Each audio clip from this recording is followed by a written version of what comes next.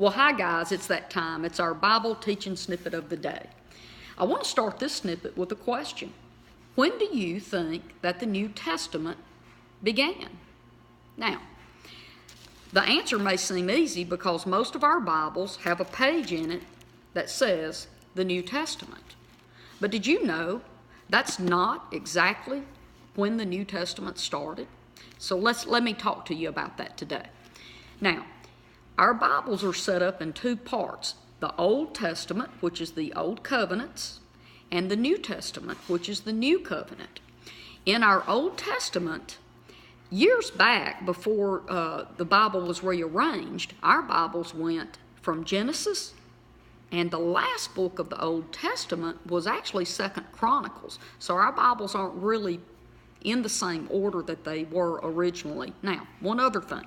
That Old Testament was written, and then nothing else was written and put in as part of the Bible for 400 years.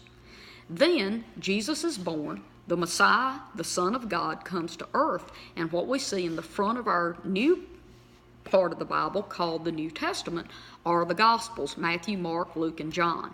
Now, Matthew, Mark, and Luke are called synoptic Gospels because they are written similar to the same, and the word synoptic means to be like or to be the same.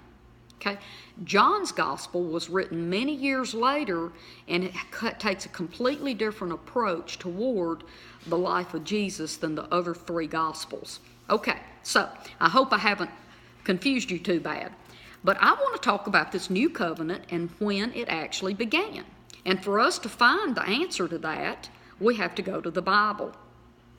I'm going to read to you from one of the 3 accounts of the Last Supper that Jesus had with his disciples.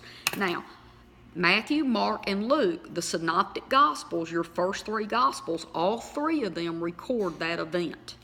I'm going to read from Luke, and let me give you this detail too. All 3 of those that record that, if you go to the very end of each one of those books and you go 2 chapters back toward the front, you're going to sit right down on top of the Last Supper in all 3, Matthew, Mark, and Luke. But anyway, I'm going to use Luke because he's my favorite writer of the Gospels. But, you know, everybody has a different, well, I like John too, but I'm going to use Luke today. Okay, so I'm going to talk to you about the Last Supper, and I'm picking up in Luke chapter 22, verse 20, and I'm in my expanded Bible, okay?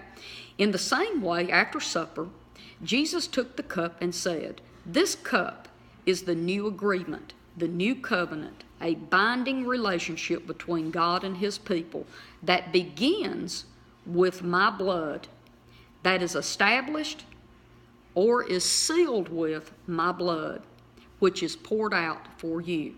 Now, in the Amplified Bible, this same verse is translated and says, "This cup which is poured out for you is the new covenant ratified in my blood."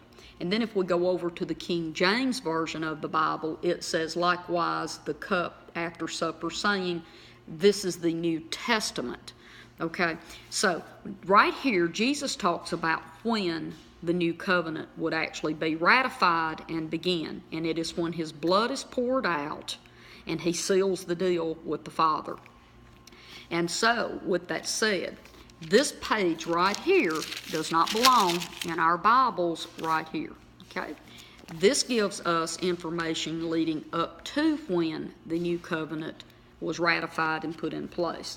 So let me tell you when that happened. When was this new covenant ratified? I am now in the Gospel of John, chapter 19, and I am in verse 30. And it says, "So when Jesus had received the sour wine, he said, 'It is finished.'